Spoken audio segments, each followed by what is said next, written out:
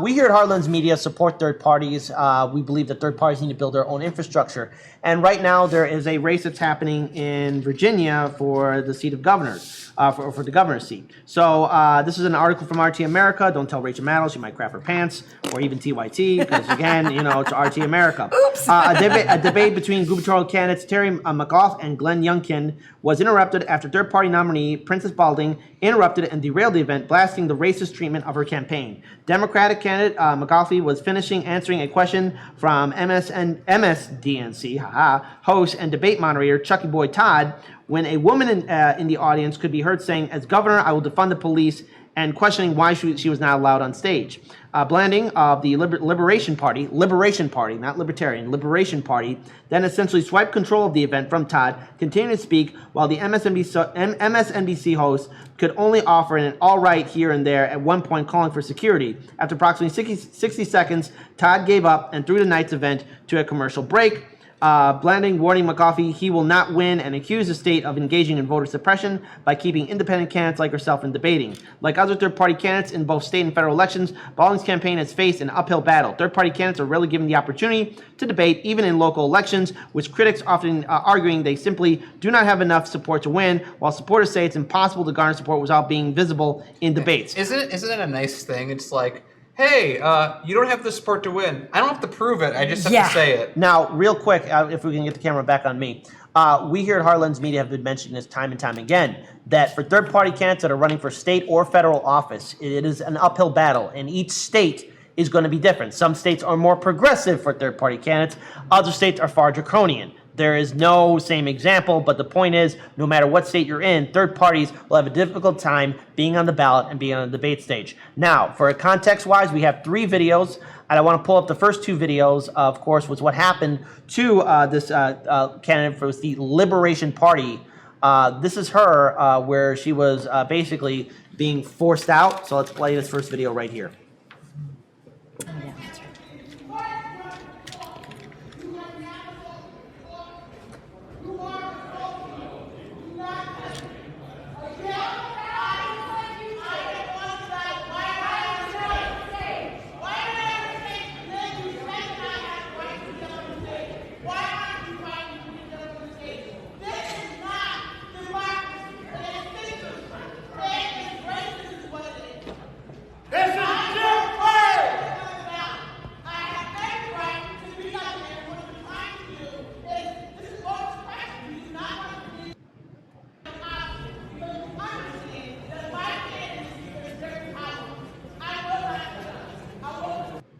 All right, let's pause it here.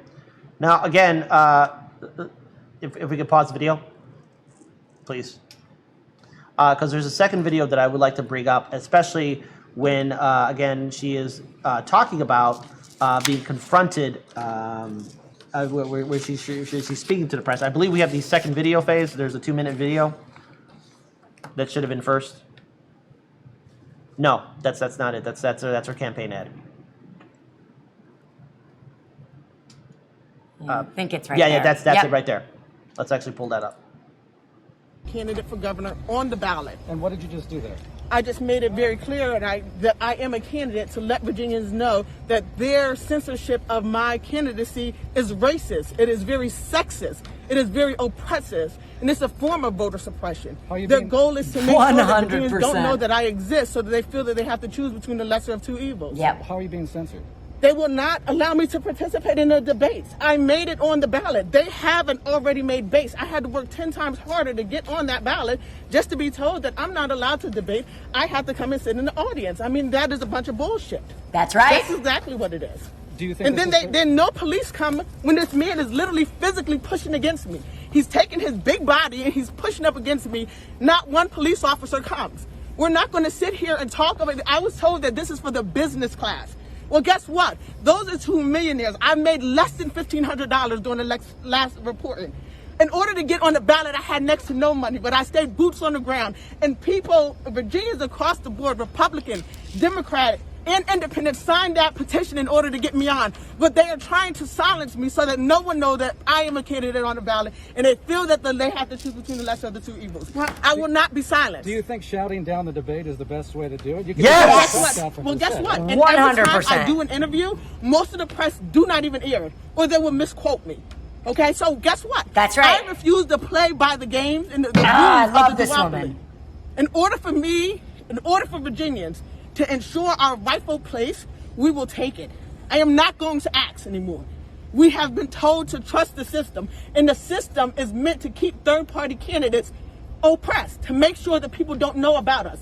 I have done everything that I needed to do in order to get on the ballot. Why am I not able to participate in the debate? We have these two rich white men that are sitting up there, and you don't hear anyone reporting that I am the only black woman in the history of Virginia to ever make it on the ballot. But I can't have my voice heard. I can't speak and represent the voices, needs, and concerns of all Virginians. Again, it's not okay. And for people to sit in there, all I'm listening to around me is people talking about their timeshares and their investments when we have people who don't have anywhere to lay their heads at. Okay, so again, if I was in Virginia, I'd be supporting her. Hell yeah, I'd be volunteering. I'd be door to door for that And woman. what I'm going to be doing as well is I will be Jeez. reaching out to her because let's face it, Heartland's Media, I'm in full support of third-party candidates, and it would be an honor and privilege to interview her on our show. And I think it's very important to point out how corporate media, the press, was talking down to her, telling her, well, maybe it would be better if you lowered your tone or maybe you shut down that baby. Do you think going there and shouting was the right thing to do? That was the correct thing. So, hey, Moving for People's Party, hey, Green Party, hey, Libertarian Party, and any other third party that's going to be out there, take notes from her. She is leading the Liberation Party and in regards to running for the seat of governor of the state of Virginia. Now, again, each state is different, but we got to talk about building infrastructure for third-party candidates. But we need effective leaders from third parties. So Moving for People's Party, Green Party, Libertarian Party, or any other third party that's out there, start taking notes because you gotta stop being nice and stop hoping that maybe you'll be invited at the big boy table because that's not going to happen. I'll never forget when I had to try to host the presidential debate for third party candidates. The only third party candidate that got back to me was Mark Charles. The Green Party candidate and the Libertarian Party candidate, you know what their spokespeople said to us? They're waiting to be invited on the debate stage with Trump and Biden. That's never going to happen! So, to be fair, to give a middle finger to those reporters that were smearing her, here's her campaign ad. And I think if we actually show who she is, I think it's very important to differentiate herself from the Democrat and Republican candidates that are running. So let's play this video, her campaign ad, and why she's running for the governor's seat for the state of Virginia. I think it's a pretty awesome campaign ad. I think it's long overdue that third parties start doing what she is doing.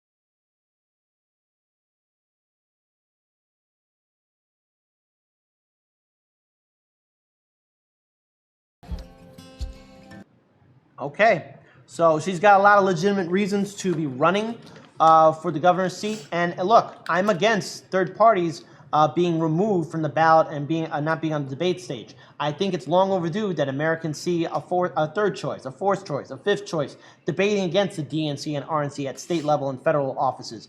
It's long overdue that third parties actually gain ground and actually start pushing back against the neoliberal, neoconservative establishment system. And what happened to her was unjust. And how dare the moderator, especially, calling security to silence her.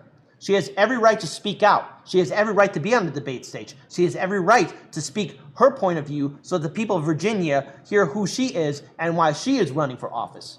Censorship is not the answer, and I think it's, again, we got to look at third parties. A big deal with third parties. They have to build infrastructure, and I'm very curious to see about the future of the Liberation Party.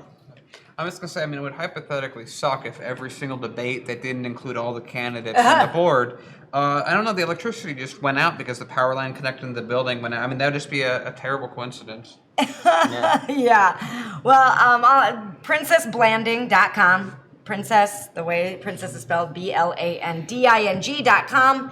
If you want to donate to this woman's campaign, or if you live in Virginia to actually volunteer for her. She is part of an independent party, which I think is super important, especially when you are budgeting your volunteer time. So I think that speaks volumes as to like what kind of candidate we could count on her to be. That being one that wouldn't be basically a servant to the Democratic Party. Some of the things that I wanted to point out is that they told her, and she said in that interview, and I also scoured probably a dozen other articles about this debate. Like, come on, there must have been some parameters that didn't allow her. Are you in the two-party system? Yes? No? Okay. Right. Yeah, no, that's the parameter, right? And I was like, no, like, you know, and the parameters are bull as well, just to be clear. Yeah. By the way, agreed. and a lot of times when these debates happen, they happen in very red or very blue states. So if we're in a very blue state, for example, and it's, I don't know, J.B. Pritzker's running, and we know he's going to win in an election, why are the Republicans allowed to debate him? They also have no chance of winning either. Right. They don't have as much support, right? So I scoured and scoured and scoured. Certainly there must have been some pre-made bullcrap parameter that kept her from it. No.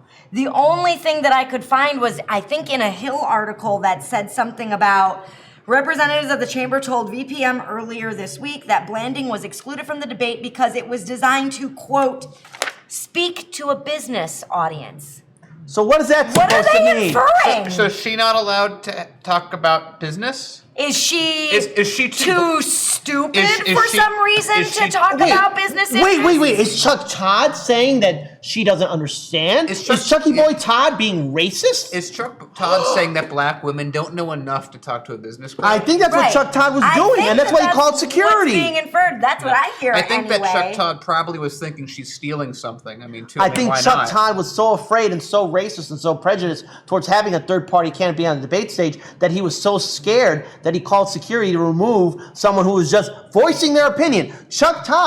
Chucky, why were you being so violent? Yeah, and everyone. Why were you watching, being so racist and prejudiced, Chucky? Can we get something rolling on Twitter? Some hashtag you guys put together, something help get people together. And it's like, ask Chuck Todd why he doesn't want black women to debate. Yeah. And why does he not think that? I mean, they're she's the businessworthy? first black woman in the state of Virginia running as a third-party candidate to successfully get on the ballot, and Chuck Todd used his white male privilege to remove her?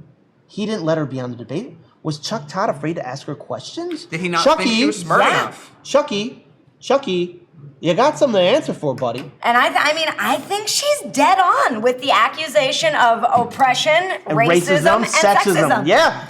So, yeah, there we With go. that kind of reasoning, how can you deny it? And Chuck Todd, who's supposed to be with the liberal media, supposed to be progressive, he was just silencing her. That's kind of like something you would expect That's from right. Trump or Fox Yeah, News. that's pretty up there. Great By the way, Shut isn't it a point. crazy thing that Great like point. TV news is like the arbiter of who gets the debate? That's a bigger question. So I think I also want to bring this up too. Good friend of the show, KRTD Media, also said this.